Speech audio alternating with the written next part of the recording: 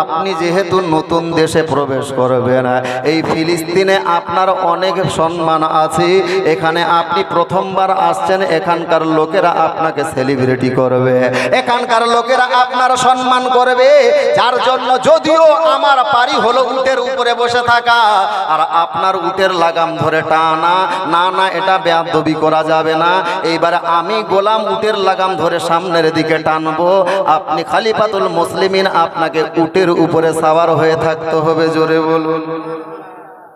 হযরত ওমর বলে, এই গোলাম চুপ, খবরদার, মুখে কোনো কথা বলা যাবে যাবে না, আমার ডিউটি আমাকে পালন করতে দাও, উটের উপরে তুমি চুপ করে বসে থাকো, উট থেকে নামা যাবে, উটের উপরে বসে থাকবা, খবরদার কোনো কথা বলবা। ভাইয়েরা আমার, হযরত ওমর গোলামকে নিয়ে এইবারে আপনার ফিলিস্তিনের মধ্যে প্রবেশ করবে। সেই ফিলিস্তিনের মানুষেরা আগে থেকেই জানে যে মুসলমানদের খলিফা হযরত উমর আমাদের দেশের মধ্যে আসবে, ফলে ওই খলিফাকে দেখার জন্য রাস্তায় আপনার যেন ভিড় করতে লেগেছে। এইবারে সবাই যেন হযরত উমরের দিকে তাকাইতে লেগেছে, উটের উপরে একবার তাকায়, একবার উটের লাগাম ধরে টাননেওয়ালা গোলামের দিকে তাকায়। তারা নিজেদের মধ্যে যেন প্রশ্নের মধ্যে পড়ে গেল, বলল, হাই রে, মুসলমানদের খলিফা আজকে উটের উপরে যে বসে আছে, তাকে কিন্তু শোভা পায় না, সে মুসলমানদের খলিফা, কিন্তু যে উটের লাগাম ধরে টানছে ওই ব্যক্তি যদি মুসলমানদের খলিফা হতো তাহলে বড্ড মানান খেত। জোরে বলুন। যে উটের লাগাম ধরে টানছে তাকে আদৌ গোলাম মানায় না, আর যে উটের উপরে বসে আছে তাকে খলিফা মানায়, প্রধানমন্ত্রী মানায়, রাষ্ট্রপতি মানায় না। এইবারে তাদের মধ্যে কেউ চিন্তক বলল, ভাই আপনারা ভুল করেছেন, আপনারা চিনতে ভুল করেছেন, মূলত যে উটের উপরে বসে আছেন সে মুসলমানদের খলিফা হযরত উমর নয়। বলল, তাহলে কে? বলল, উটের উপরে যে বসে আছে সে হলো হযরত উমর ফারুকের গোলাম। জোরে বলুন।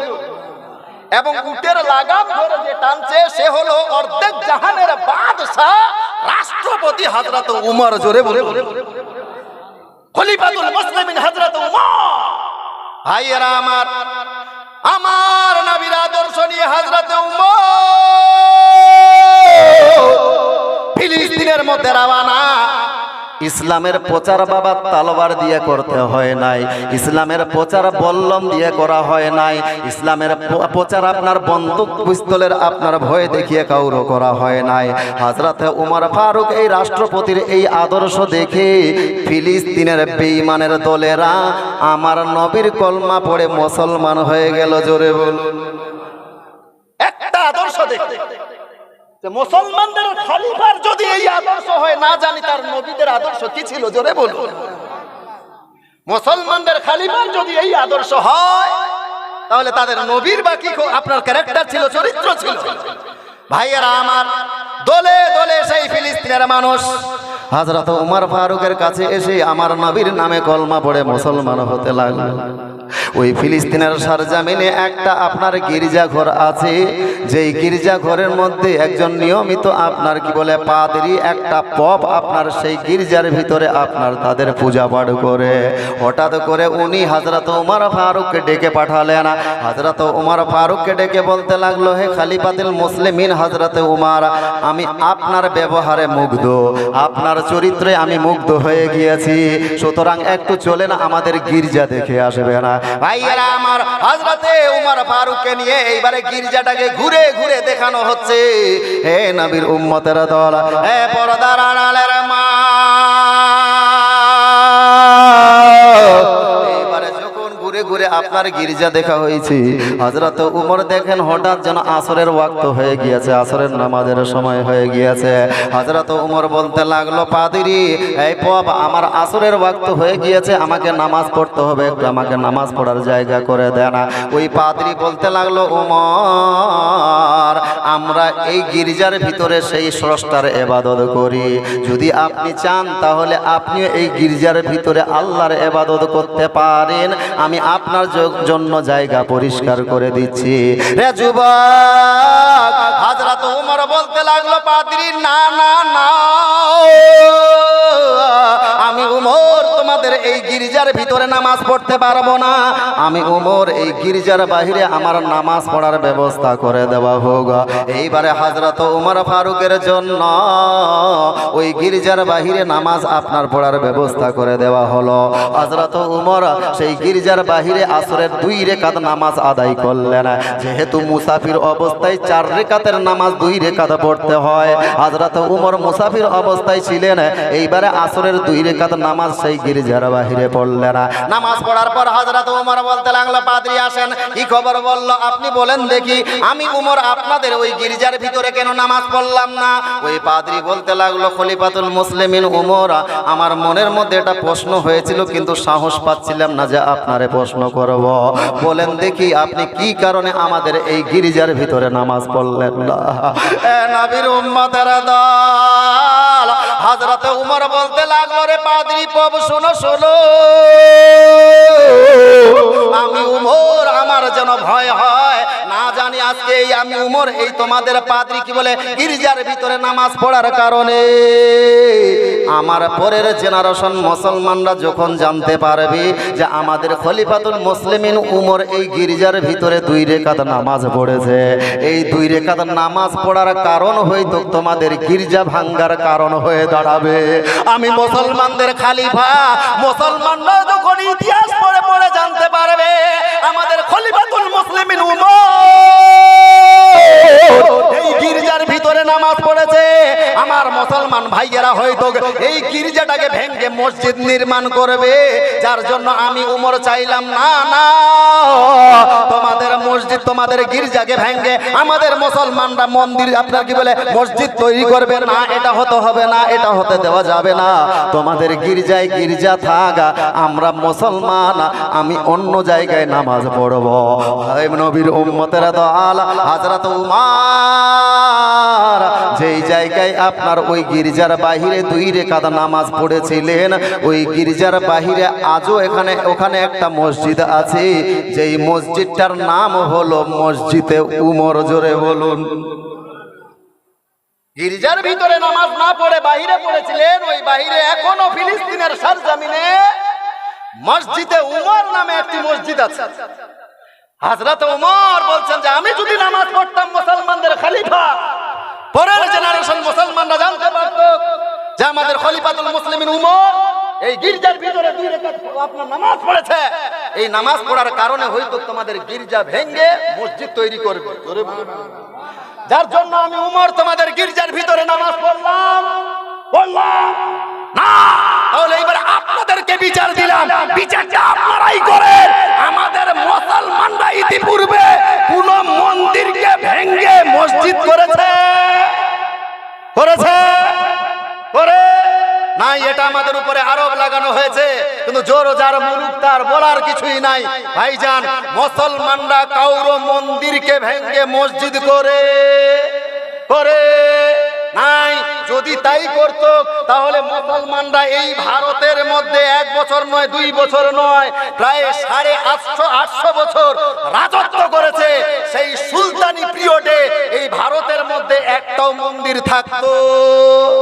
থাকতো না। কিন্তু বলবো কারে, বুঝাবো কারে? বলবো কারে, বুঝাবো কারে? বলতে গেলেও অপরাধ, বেশি বলতে গেলেই অপরাধ।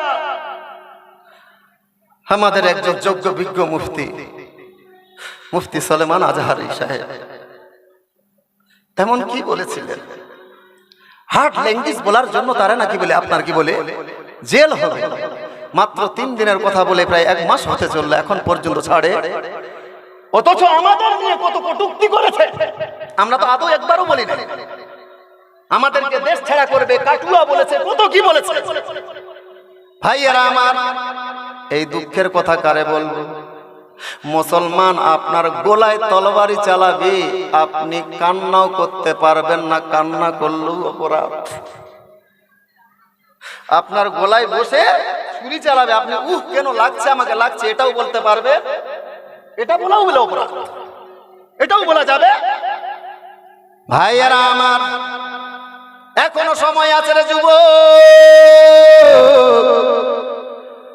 মাদ্রাসামুখী হয়ে যাও, কোরআন কি বলে মসজিদমুখী হয়ে যাও। এখনো কি তোমার মায়া হয় না সেই ফিলিস্তিনের বাচ্চাদের কথা মনে পড়ে না? তুমি তো আমার থেকে বেশি খবর রাখো, এনি টাইম ফেসবুকের মধ্যে তোমরা ব্যতিব্যস্ত থাকো। অনেক মা আপনার ওই রক্তাক্ত বাচ্চাদের নিয়ে কান্না করেছে। ভাইজান আজকে তাদের দেখে কি মায়া হয় না? ভাইজান এইবারে আপনাদের মনে হচ্ছে একটু গোলমাল হয়েছে, রাস্তায় ফের। আচ্ছা আপনারা এতক্ষণে বলেন আমি কথাগুলো কি বুঝাতে পারছি আপনাদের, না বুঝতে সমস্যা হচ্ছে? ভাবছি কথা বুঝতে পাচ্ছেন না কষ্ট হয়েছে আপনাদের? সমস্যা হয়েছে, বুঝতে পারছেন তো? বুঝতে পারা যাচ্ছে তো? বুঝা? আচ্ছা। ও গো নবীর উম্মতেরা হয়ে আজ দিশাহারা,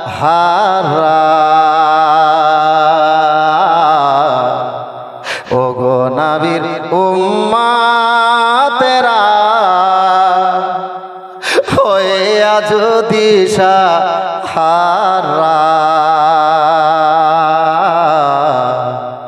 কোরআন হাদিস ছেড়ে চলো যখন যাহা চাই মনে, নবী বিনে কে তোরাবে পুলসেরা তো মিজানে, নবী বিনে কে তোরাবে পুলসেরা তো মিজানে।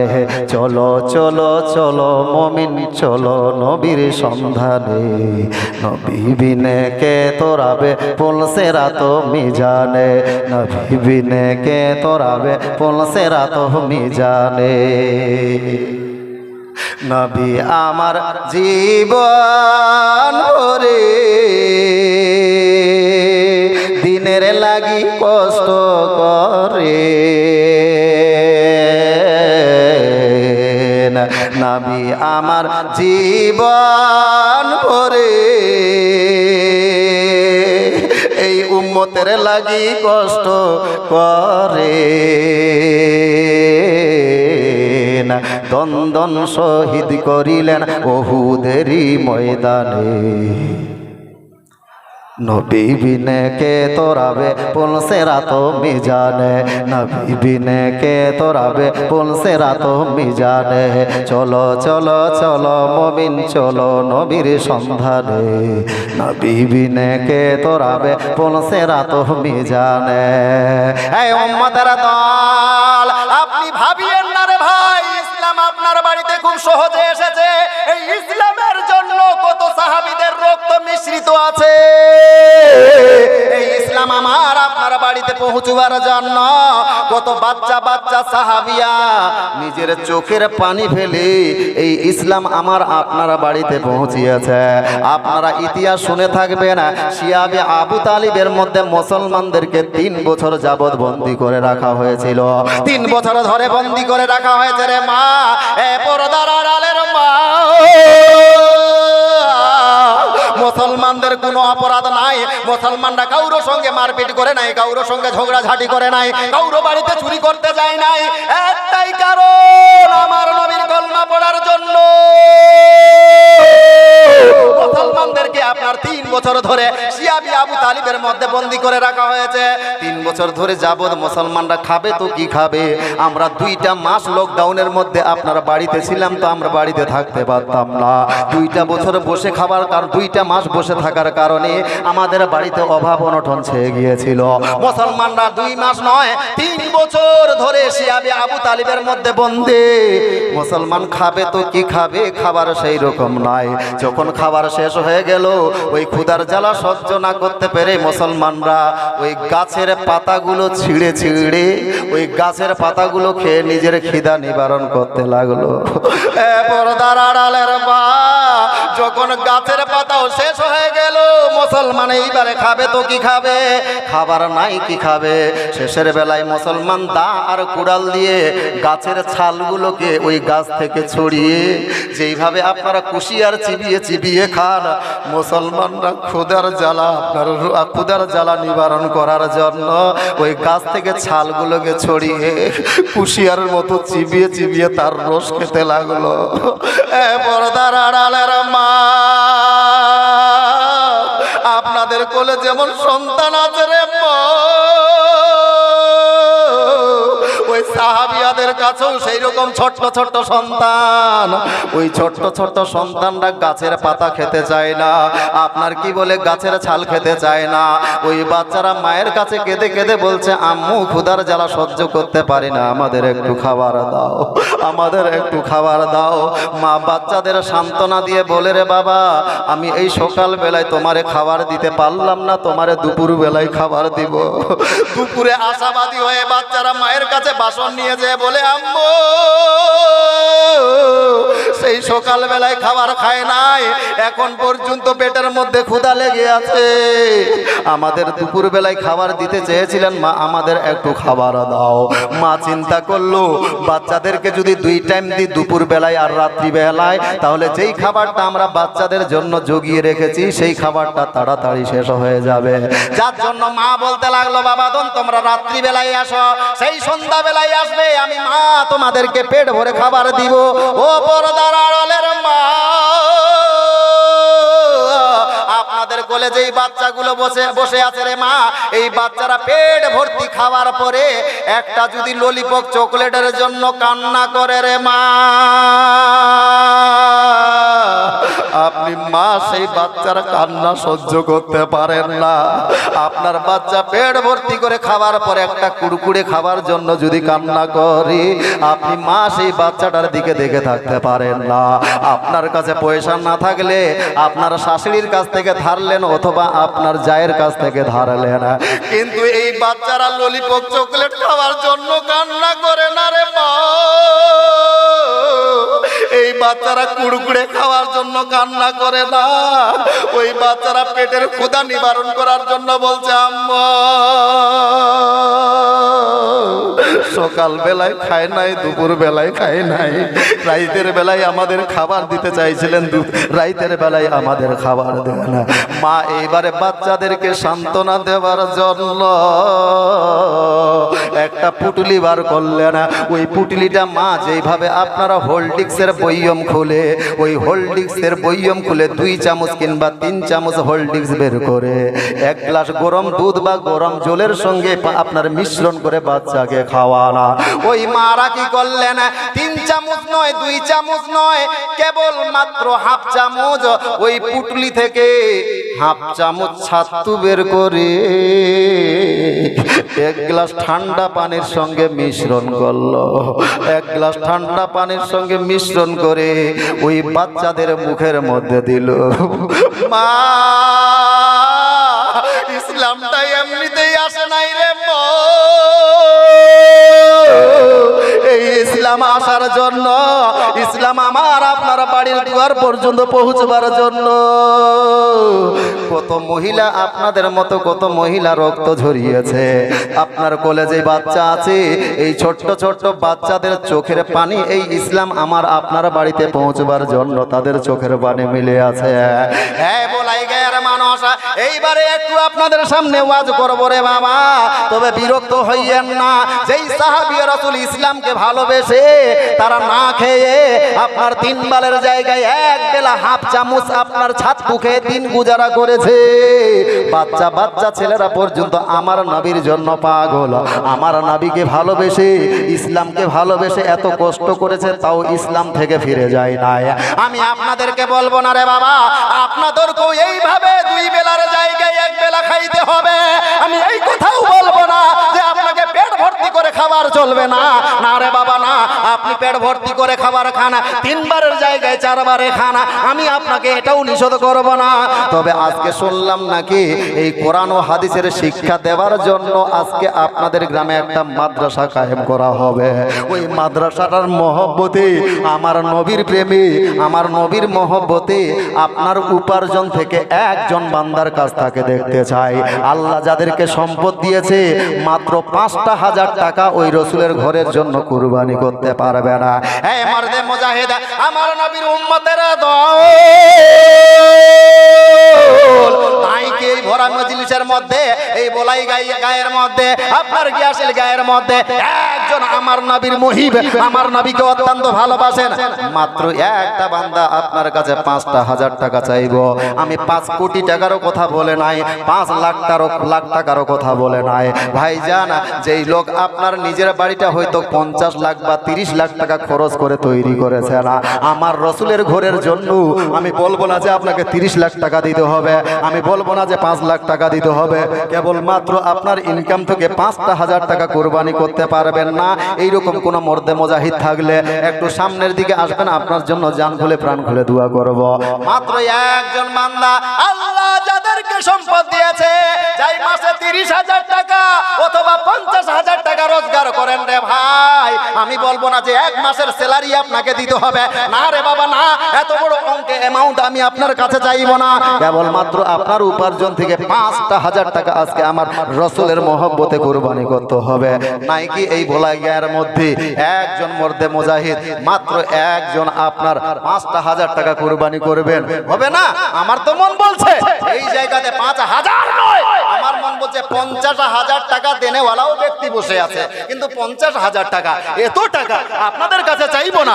এই মাহফিলের মধ্যে একজন মর্দে মুজাহিদ আমার নবীকে অত্যন্ত ভালোবাসেন, মাদ্রাসাকে ভালোবাসেন, কোরআনের শিক্ষাকে ভালোবাসেন, কোরআনের শিক্ষাকে ঘরে ঘরে পৌঁছিয়ে দেওয়ার জন্য মাত্র 5,000 টাকা কুরবানি করতে পারবেন, এইরকম কোন একজন বাপজি অথবা ভাইজান আসেন, যদি থাকে আপনার সঙ্গে মুসাফা করব, আপনার জন্য জান খুলে প্রাণ খুলে দোয়া করব, মাত্র একজন হবে না? এই যে হয়ে গেছে, নারায়ে তাকবীর, নারায়ে রিসালাত, মুহিব্বে রাসূল জোরে বলেন জিন্দা।